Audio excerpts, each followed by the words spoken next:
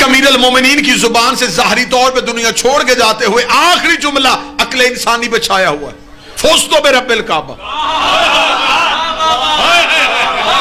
رب کعبہ کی قسم علی کامیاب ہو۔ مولا آپ ہجرت کے بستر پہ سو کے نبوت بچائی، اٹھ کے نہیں کہا کہ آج کامیاب ہو گیا۔ آپ نے خیبر کا دروازہ ہوا میں اٹھا، آپ نے نہیں کہا کہ میں کامیاب ہوں۔ آپ کو خندق میں کل ایمان کی سند ملی، آپ نے نہیں کہا کہ میں کامیاب ہوں۔ خم غدیر پہ آپ کی ولایت کا اعلان ہوا، آپ نے نہیں کہا کہ میں کامیاب ہو گیا۔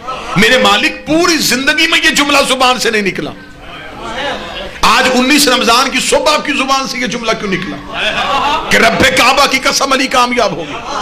میرے سامنے اہل علم چہرے تشریف فرما ہے، 80 جنگوں میں میرے بادشاہ علی گئے، کسی میدان جنگ میں علی کو شہادت نہیں ملی۔ امیر المومنین نے مسلح کا انتخاب کیوں کیا؟ علی میدان جنگ میں شہید ہو جاتے تو قیامت تک کے لیے مورخ کہہ دیتا دین بچاتے ہوئے جیسے باقی شہید ہوئے تھے۔ علی کو بھی شہادت ملی، علی نے مسلح کا انتخاب کیا، امیر المومنین نے مسلح کو چنا۔ مسلح کس لیے چنا تھا؟ اگر بات آپ تک پہنچ گئی تو دلوں سے دعا لینا چاہتا ہوں۔ امیر المومنین کی نگاہیں حال کے آئینے میں مستقبل کے ہر ایک مورخ کو دیکھ رہی تھی۔ مولا جانتے تھے کہ کل کو دنیا میں کچھ ایسے لوگ بھی پیدا ہوں گے جو کہیں گے کہ علی اللہ ہے، جو کہیں گے علی خدا ہے۔ علی نے 19 رمضان کی صبح سر سجدے میں رکھا، سجدے میں سر رکھا تھا، قاتل نے علی کے سر پہ ضرب لگائی۔ علی نے فرمایا اب جب بھی میری شہادت پڑھی جائے گی ہر کوئی کہے گا علی سجدے میں تھا، علی سجدے میں تھا، علی سجدے میں تھا، علی سجدے میں تھا۔ میں نے سجدہ کر کے اسے بچا لیا، علی کامیاب ہو گیا۔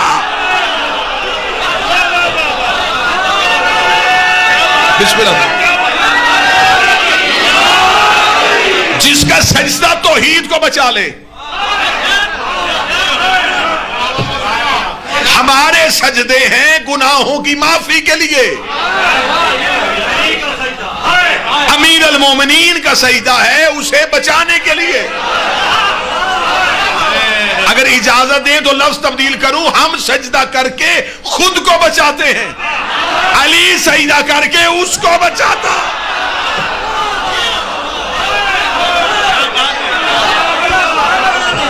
امیر المومنین کے سجدے میں توحید کی بقا، علی کی زبان سے یہ نکلنا چاہیے تھا فزتو برب الکعبہ، رب کعبہ کی قسم علی کامیاب ہو گیا۔ آج ٹیلی ویژن کی رمضان ٹرانسمیشن پہ بیٹھ کے اگر چند منافقین ہمارے کسی بزرگ عالم دین پہ اس بات پہ اصرار کرتے کہ آپ فلاں کو کیوں نہیں مانتے تو حضور بزرگوں کو زحمت کیوں دیتے ہیں؟ ہم حسین کے ماتمی حاضر ہیں،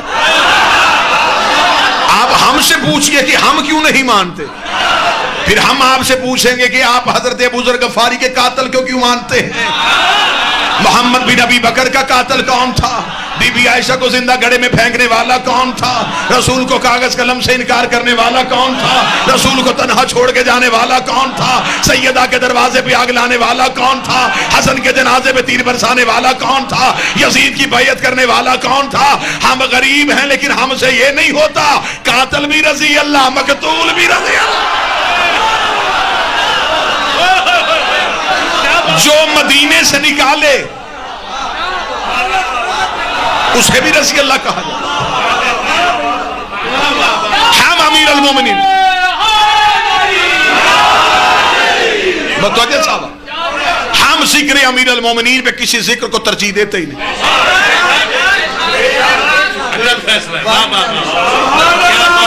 ہمیں کیا ضرورت ہے، ہمیں کیا ضرورت ہے سرداروں کے ہوتے ہوئے نوکروں کی بات چھیڑے۔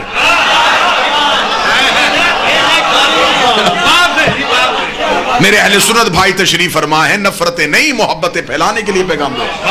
میرے اہل سنت بھائیوں کے بعد 10 صحابہ کرام کے نام ایسے ہیں جنہیں وہ عشرہ مبشرہ کہتے ہیں۔ عشرہ مبشرہ کون ہے؟ وہ کہتے ہیں کہ وہ 10 صحابی ہیں جنہیں نبی نے زندگی میں جانے میں جنت کی بشارت دی کہ تم جنت میں جاؤ گے، تو آپ کے پاس صرف 10 ہیں جنہیں بشارت ملی ہے۔ اب میرا خیال ہے کہ لفظ کہنے کے بعد مجھے چہروں کی زیارت کرنے کا لفظ کہاں تک وہاں۔ آپ کے پاس صرف 10 ہیں جنہیں بشارت ملی ہے، میرے سامنے یہ جتنے بیٹھے ہیں انہیں نبی نے جنت میں جانے کی ضمانت دی ہے۔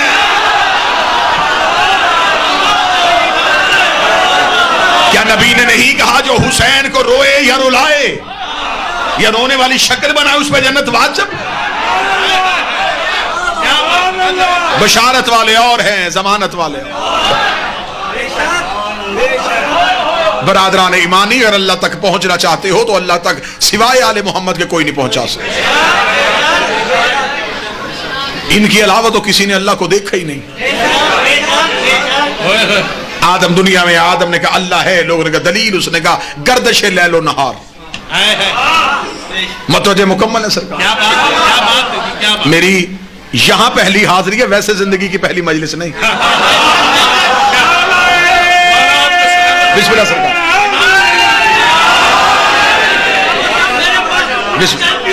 یہ سید منور شاہ صاحب تشریف فرمائے ہیں، میرے انتہائی قابل احترام شہید ولایت علامہ ناصر عباس صاحب کے بہترین ترین ساتھیوں میں ان کا شمار ہوتا ہے. جناب سید قاضمی صاحب تشریف فرما ہے، میرے محسنین میں ان کا شمار ہوتا ہے. لہٰذا اہل علم میرے سارے اپنے ذاتی چہرے تشریف فرما. میں نے کبھی کسی نئی جگہ پہ جا کے یہ نہیں کہا کہ میں آپ کے مزاج سے واقف نہیں ہوں، کیونکہ مجھے پتا ہے علی والوں کا مزاج ایک ہی ہوتا ہے.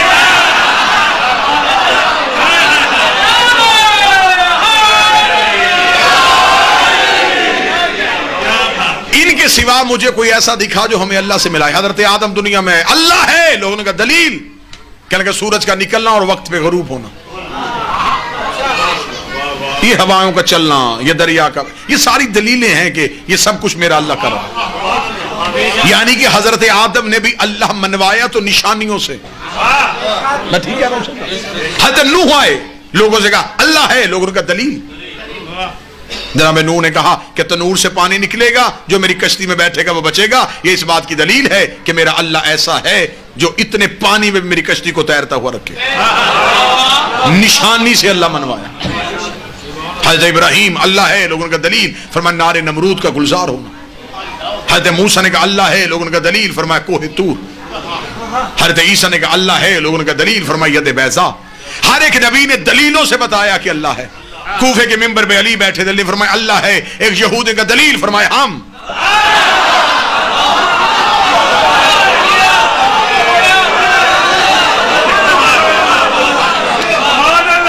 ہم اللہ کے ہونے کی دلیل. اللہ خود تو زمین پہ نہیں آ سکتا نا، تو وہ مخلوق تک فیض کیسے پہنچانا تھا. سورج زمین پہ نہیں آتا، شعاؤں کو بھیجتا. شعائیں فیض سورج سے لیتی ہیں، مخلوق کو بانٹ دیتی.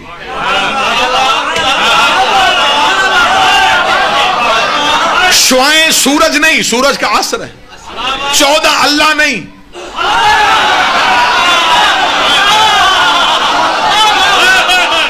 اللہ کا اثر. جیسے بغیر کرنوں کے سورج پہچانا نہیں جاتا، بغیر 14 کے اللہ بھی پہچانا نہیں جاتا. چلے میری نوجوان نسل سامنے تشریف فرمائے تو میں رمضان کا مسئلہ اسی بات سے حل کر دوں. جاؤ علم فلکیات والوں سے پوچھو، موسمیات والوں سے پوچھو. آج کی جدید ریسرچ یہ کہتی ہے کہ سورج طلوع پہلے ہوتا ہے، زمین پہ نظر 9 منٹ بعد آتا ہے. انہوں نے دلیل دی، انہوں نے کہا جو سورج کی پہلی شعاع سورج سے نکل کے زمین تک پہنچتی ہے تو زمین کے ٹائم کے مطابق اسے 9 منٹ کا دورانیہ چاہیے سورج سے نکل کے زمین تک پہنچنا. جب تک وہ ہمارے گولے پہ وہ لائٹ نہیں پہنچتی ہم یہ سمجھتے ہیں کہ سورج آیا ہی نہیں. شعاع بتاتی ہے کہ وہ آ گیا ہے. کوئی تو بندہ ہوگا.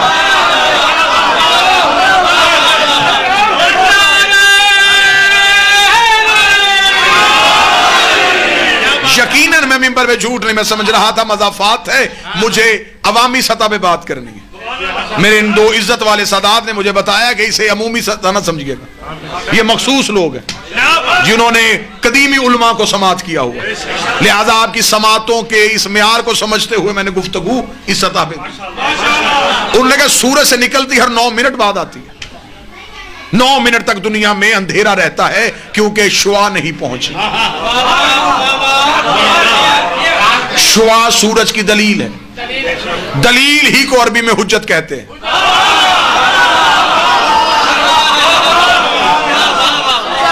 اور وہی علم فلکیات والے کہتے ہیں کہ سورج غروب پہلے ہو جاتا ہے، نظر 9 منٹ تک آتا ہے، اس وجہ سے کہ وہ جو شعاع زمین پہ ہوتی ہیں ان شعاؤں کو واپس سورج تک پہنچنے کے لیے 9 منٹ کا ٹائم چاہیے۔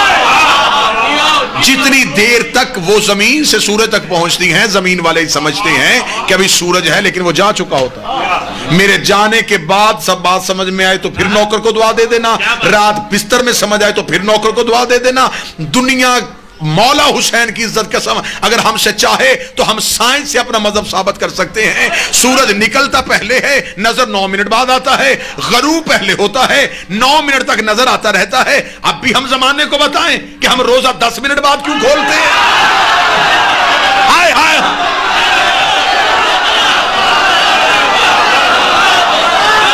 ہمارے سحر و رفتار کا تعلق شعاؤں سے نہیں،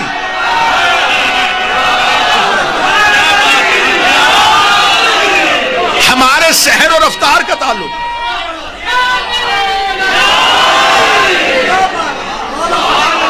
ہمارے سحر و رفتار کا تعلق شعاؤں سے نہیں، سورج سے۔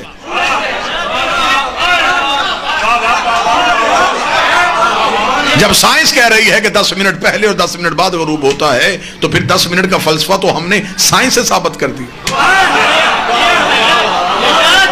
یہ انتہائی ایک جاہلانہ سی سوچ زمانے کو بتائی جاتی ہے۔ میرے اہل سنت بھائی تشریف فرمائیں، پیغام ان تک یہ پہنچایا جاتا ہے روزہ کھولنے میں جلدی کرنی چاہیے اس لیے کہ روزہ مکروہ ہو جاتا ہے۔ یہ جو بالکل روزے کے افطار کا وقت ہوتا ہے نا، اللہ یہ وقت آپ کو کسی بس سٹاپ پہ دکھائے تو وہ منظر بڑا دیدنی ہوتا ہے کہ لوگوں کے ہاتھوں میں یوں کھجور ہاتھ میں ہوتی ہے بالکل کہ فوراً جلدی سے کر۔ کیوں؟ وہ کہتے ہیں جلدی کر لینا چاہیے کیونکہ پھر روزہ مکروہ ہو جاتا ہے۔ اچھا میرے سامنے آپ باخبر چہرے تشریف فرمائیں، اکثر ایسا ہوتا ہے کہ ایک روزہ دار جو ہے وہ صبح اٹھنے میں تھوڑا دیر سے اٹھا، کھانے پینے کا وقت گزر گیا تھا، بالکل سحر کا وقت تمام ہونے والا تھا، اس نے نیت کر لی اور روزہ رکھ لیا۔ ایسا ہے؟ مذہب اسلام کا کوئی مفتی ایسا نہیں جو یہ کہے کہ اس کا روزہ نہیں ہوا، وہ کہتے ہو گیا۔ اسے ہماری زبان میں جو ہمارا علاقہ ہے اس کی تہذیب کے مطابق اس کو ایک لفظ کہا جاتا ہے 8 پیرا روزہ۔ اب پتہ نہیں آپ کے ہاں کون سا لفظ بولا جاتا ہے، ہمارے یہاں کہا جاتا ہے 8 پیرا روزہ جو بغیر کھائے پیے رکھا جائے، بلکہ مولوی کہتے ہیں مسجدوں والے کہ اس کی زیادہ فضیلت ہے کیونکہ یہ بغیر کھائے پیے رکھا۔ اچھا بغیر کھائے پیے رکھا ہو گیا، جو روزہ بغیر کھائے پیے رکھا جا سکتا ہے بغیر کھائے پیے کھولا کیوں نہیں جا سکتا؟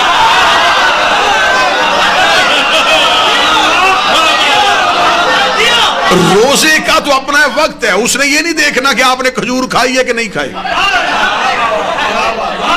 آپ فجر پڑھیں یا نہ پڑھیں، جب فجر کا وقت گزر جائے گا تو وہ گزر گیا۔ عبادات جو ہوتی ہیں یہ انسان کی محتاج نہیں ہوتی، انسان عبادات کا محتاج ہے۔ لیکن یہ ساری منفی سوچیں اس لیے آئیں کہ جب دین وارثوں سے چھوڑ کے اپنے جیسوں سے لوگ تو پھر یہی حالت ہو۔ لہذا جو بات میں آپ تک پہنچا رہا تھا، بغیر ان کے اللہ سمجھ میں نہیں آ سکتا۔ ہم تک سیدھا اللہ آیا ہی نہیں، انہوں نے بتایا کہ ہے۔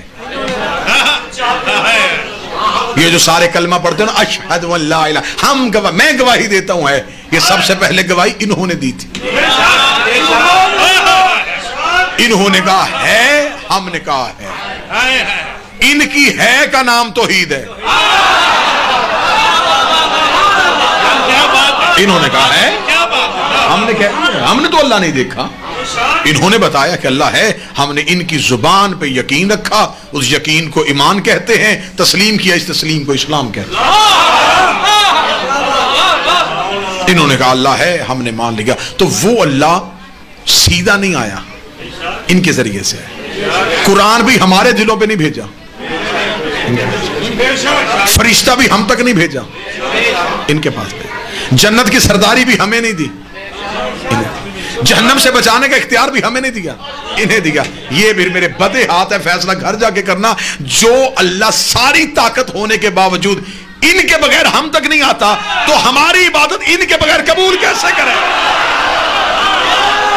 رسالت امام کی بارگاہ میں ایک صحابی آیا، قبلہ بخاری صاحب، اس نے آ کے کہا یا رسول اللہ، نیکیاں کتنی اور گناہ کتنے، حسنات کتنی اور سیئات کتنی؟ وہ سمجھ رہا تھا کہ نبی ایک ایک چیز لکھوائیں گے. نبی کہیں گے نماز نیکی ہے، جھوٹ گناہ ہے، روزہ نیکی ہے، چوری گناہ ہے، زکوٰۃ نیکی ہے، مال کھانا حرام. اسے کہا نبی لمبی فہرست بتائیں گے. نبی نے فرمایا نیکی بھی ایک ہے، گناہ بھی ایک ہے. صدا سے دعا لے گا. نیکی بھی ایک ہے، گناہ بھی ایک ہے. اس کہا یا رسول اللہ میں نیکیاں پوچھ رہا ہوں. پھر میں بھی بتا رہا ہوں نیکی بھی ایک ہے، گناہ بھی ایک ہے. سنی کتاب سے نہ دکھاؤں تو آپ کا نہیں 14 کا مجرم. اس کا نیکی کون سی اور گناہ کون سا ہے؟ فرمایا حب علی سے بڑی نیکی کوئی نہیں ہے، بغض علی سے بڑا گناہ کوئی نہیں. حب علی وہ نیکی ہے جس کی وجہ سے نیکیاں بھی نیکیوں میں شمار ہوتی ہیں. بغض علی وہ گناہ ہے جس کی وجہ سے نیکیاں بھی گناہ میں بن جاتی ہیں. اگر مجمع ساتھ دے، بندہ دل میں بغض علی رکھ کے مصلی پہ آئے، بندہ نماز پڑھتا ہے، فرشتے اعمال میں جھوٹ لکھ لیتے ہیں.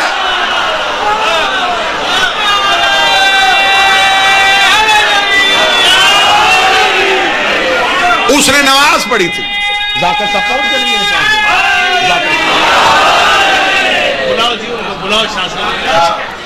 متوجہ صاحب. حب علی نیکی، بغض علی گناہ. چلے میں اپنے زمیندار طبقے کے لیے بات کو آسان کر دیتا ہوں کہ بندہ بعد میں سوال کریں گے جی یہ دیکھیں جی انہوں نے کہا کہ علی سے بغض ہوگا تو اللہ نماز کو بھی جھوٹ لکھے گا، یہ کیسے ہو سکتا ہے؟ ابھی ثابت کرتا ہوں. کسی برتن میں نجاست کا ایک قطرہ ڈال دو، اس کے بعد پاک چیزیں بھی ڈال دی جاؤ، نجس ہو جائے. بغض علی ہے نجاست. دل میں بغض علی رکھ کے بندہ قرآن بھی پڑھتا رہے، قرآن بھی فائدہ نہیں دے. مصلی پہ کیا پڑھنا ہے؟ قرآن ہی پڑھنا ہے نا. تو قرآن تو علی کے بغیر فائدہ دیتا ہی نہیں.